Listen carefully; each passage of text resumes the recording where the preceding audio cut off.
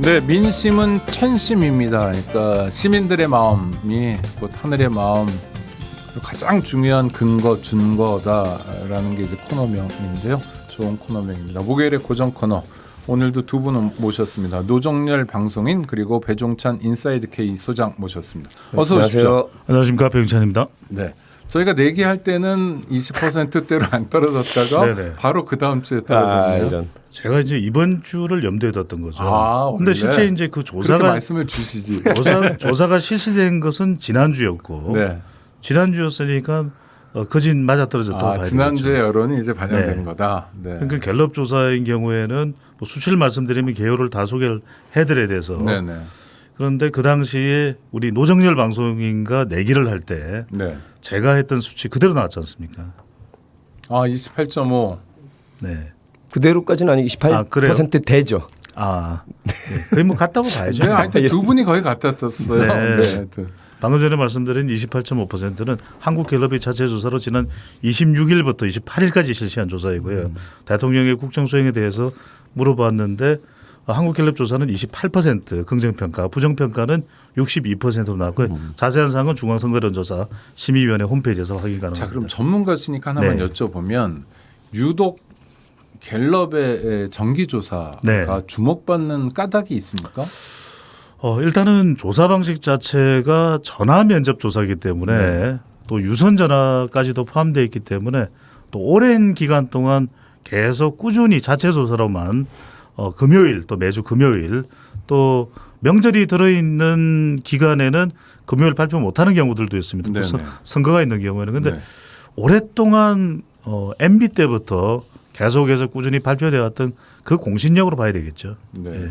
그러니까 갤럽의 정기조사는 주목할 만하다 이렇게 봐도 그렇죠. 크게 일단은 틀리진 이제 않은 거네요. 조사 방법상 대표성 부분에 있어서 전화 면접은 조사 방식을 취하고 있다는 것, 무선 조사지만 또 유선을 일부 포함하고 있다라는 것, 그리고 통신사 조사의 경우에는 알뜰폰 한 1,000만 정도의 사용자가 있거든요. 알뜰폰을 포함하지 못할 수도 있는데 무작위 방식으로 해서 알뜰폰 사용자까지도 포함을 할 수 있다는 점에서 물론 또 회사가 가지고 있는 조사 방법에 제한적인 점도 있긴 할 겁니다. 그래도 대체적으로 한국갤럽 조사는 좀 꾸준히 추세를 볼 때 유용하다 볼 수가 있겠죠. 네.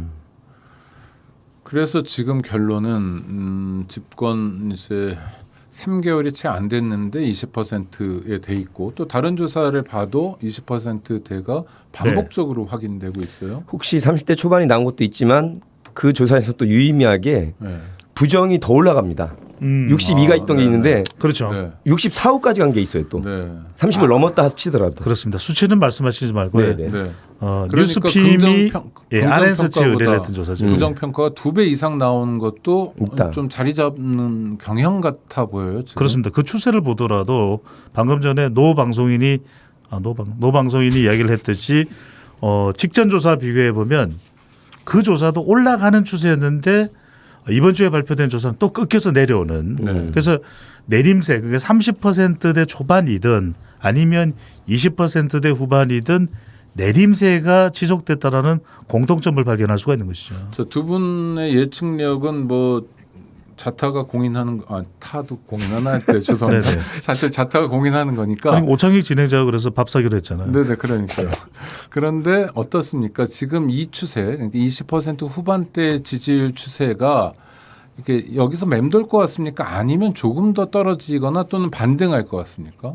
그건 그야말로 휴가를 마친 윤석열 대통령이 어떻게 하느냐에 따라서 뭐 너무 당연한 말 같지만 당연한 말 같습니다. 혹시라도 인적 쇄신을 내각 중에서 예를 들면 지금 이상민 행안부 장관에 대해서는 시민들과 절대 다수인 민주당은 해임과 탄핵안을 만지작거리고 있거든요. 네, 교육부 장관도 지금 예, 뭐 얘기가 두 분 많이 정도. 나옵니다. 네. 그리고 대통령 실장과 또 이재복 정무수석처럼 이렇게 정무수석 역할을 해야 되는데 거의 못했던 부분에 대해서 인적 쇄신을 하시면 반등이 있을 것이고 네.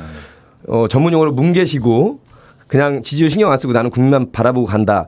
거기에 지금 김건희 여사의 국민대 논문 4건에 대해서 표절 아님과 검증 불가라는 상식적인 국민이 도저히 납득할 수 없는 건이 하나 나왔고 거기다 또 대통령 관저 496억이라는 엄청난 예산 중에 일부가 3시간 만에 속전속결로 수의계약 플러스 건진법사 건까지 더했기 때문에 마이너스 요소가 있습니다 분명히.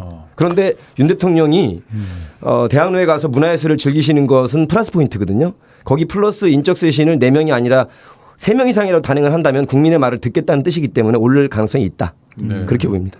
아까 도 방송인이 윤석열 대통령이 회화동에 가서 연극을 본 것에 대해서 저한테는 좀 다른 또 각도에서 방송 전에요. 예, 들어오시기 전에. 네. 이야기를 비방용이잖아요. 했는데 네네.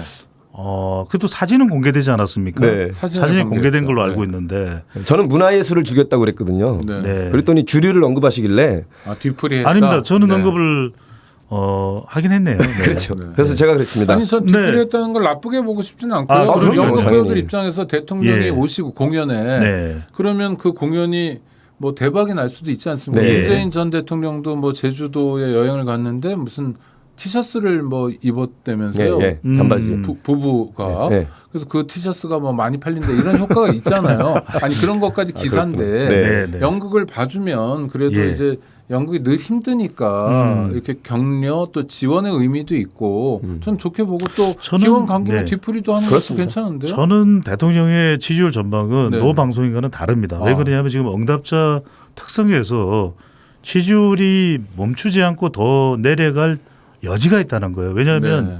지금 불구덩이가 너무 많습니다. 저도 조건 지금- 달았잖아요. 인적 쇄신 네, 하면 네. 올라가지만 지금 아니면 떨어지면 만 떨어집니다. 5세 취약 연령도 있죠. 지금 마트 휴무도 있죠. 그렇죠. 한 그리고 달에 2번 하는 거 그리고 대형마트. 네. 경찰국 관련된 이슈도 계속 여진이 지속되고 있죠. 또 이준석 그러니까 너무 많아서 일일이 다 예를 들 수가 없을 정도입니다. 그러면은- 동시다발성으로. 그러면 이 상황에서 MZ 세대 여성 중도층은 더 내려갈 여지가 있고 왜냐하면 여성은 또 학부모랑 바로 연결되는 물론 학부모에는 아빠도 있고 엄마도 있습니다. 또 여기에다가 지금 부산, 울산, 경남의 여론도 썩 좋지 않은 상황이고요. 그리고 이런 것들을 감안한다 그러면 더 내려갈 여지가 있다라고 봐야 될 것 같고 지금 올라가던 추세였던 조사 결과도 이번 주 발표에서 꺾였다는 것은 그 추세가 지속이 된다면 대통령의 지지율은 더 내려갈 수밖에 없다. 다만 여기에서 그럼 언제쯤 반등이 되냐. 결국 윤석열 대통령은 가정을 해서 우리가 이렇게 하면 좋을 텐데 이런 기대는 이제는 힘들 것 같아요. 왜 석 달 동안 우리 방송을 통해서 수없이 진정성 있게 조언을 했지만 네. 그것이 받아들여졌다는 것은 어디 한 부분에서도 감지할 수가 없거든요. 그럼 결국 저는 정치적으로 이 부분 역시 현상이 나타날 수밖에 없는 것은 이재명 의원이 당대표가 된다면 가정을 하는 겁니다. 당대표가 된다면 또 윤명 대첩이 벌어지면서 지지율의 변곡점이 변화가 있지 않을까라는 생각을 합니다. 상대 진영과 싸우게 되면 아무래도 예. 지지층이 결집되니까요. 지금 여론조사에서 지역별로는 부정평가가 어디보다 다 어느 지역 할 것 없이 다 높죠. 다 높습니다. 그리고 연령대로는 60대까지는 부정평가가 높고 70대 이상만 긍정평가가 조금 높은 거죠. 70대 이상의 부정평가가 더 높은 결과도 있을 정도입니다. 그렇습니까? 네. 그러면 세대와 지역을 불문하고 대통령에 대한 부정평가가 더 많다는 건 직업도 불문하고요. 네, 아이고. 그러니까 대통령으로서 기댈 데가 없는 건데 20대 후반이 아주 심각한 나오는 거죠. 건데요. 네. 네.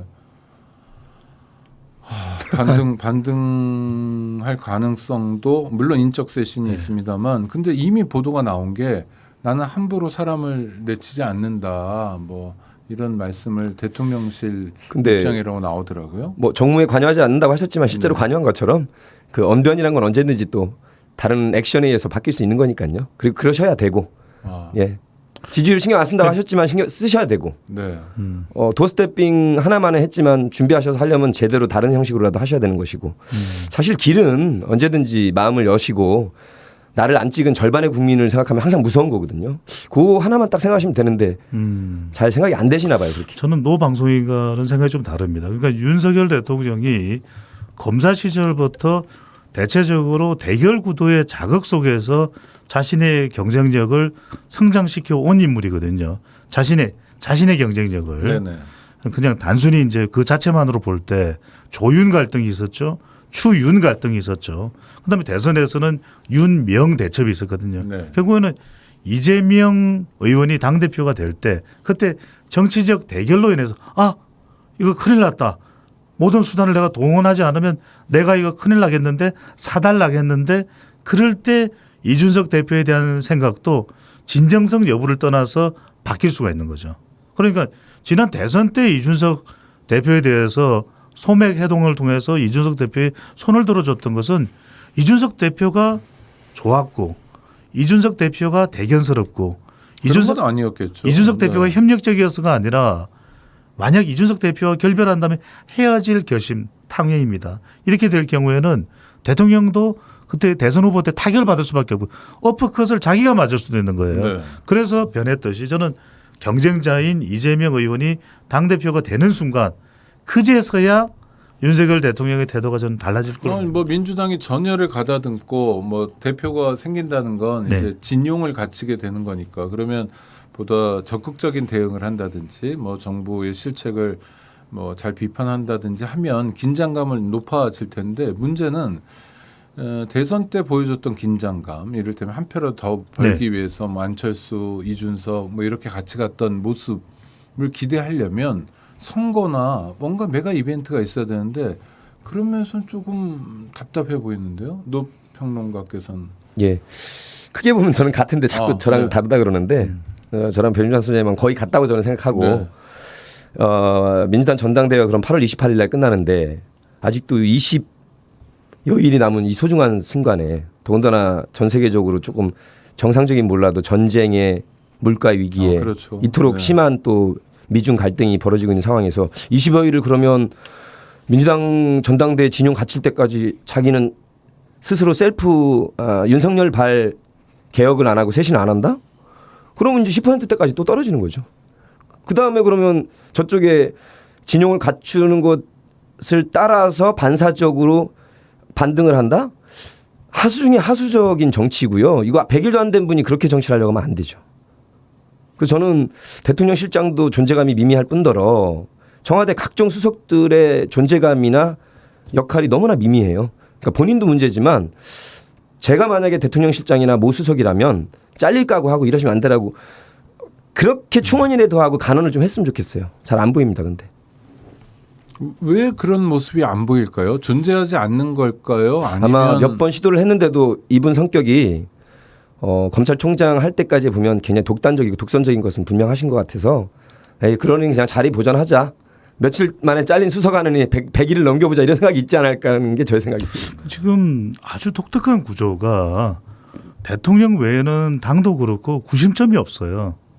그러니까 구심점이 있을 수도 있다면 이들은 지금 당 외부에 있는 광역단체장이거나 이렇거든요. 아니면 전직 의원이거나. 그러니까 조원 CNI 리서치뷰가 자체 조사로 지난달 30일, 31일 실시한 조사입니다. 모든 조사는 중앙선거론조사 심의위원회 홈페이지에서 확인 가능한데요. 보수 진영에서 차기 대선 후보로 적합한 사람을 물어보았더니 자 순서로 보면 한동훈, 홍준표, 또 오세훈, 유승민 전부 지금 당 바깥에 있어요. 당 바깥에 있습니다. 그리고 그 다음이 이준석이에요. 그 다음 순서가 안철수인데 6%입니다. 당 안에 있는 사람은 유일해요. 안철수 의원인데 6%예요. 네. 이준석이 더 높아요. 저는 이런 상황에 대한 것도 예상하지 못하고 이준석 대표를 징계했고 그 징계에 대한 수습도 안 되는 상태에서 거의 뭐 비대위를 제가 다른 표현을 하려고 했는데 이게 방송용에 적합하지 않을 것 같아서 잠깐 자제하면서 머뭇거렸는데 지금 대안 없는 비대위, 네. 대안 없는 전당대회를 가는 것 자체가 저도 주변에 많은 사람들한테 물어봤어요. 이해가 가느냐 하면 아무도 이해를 못해요.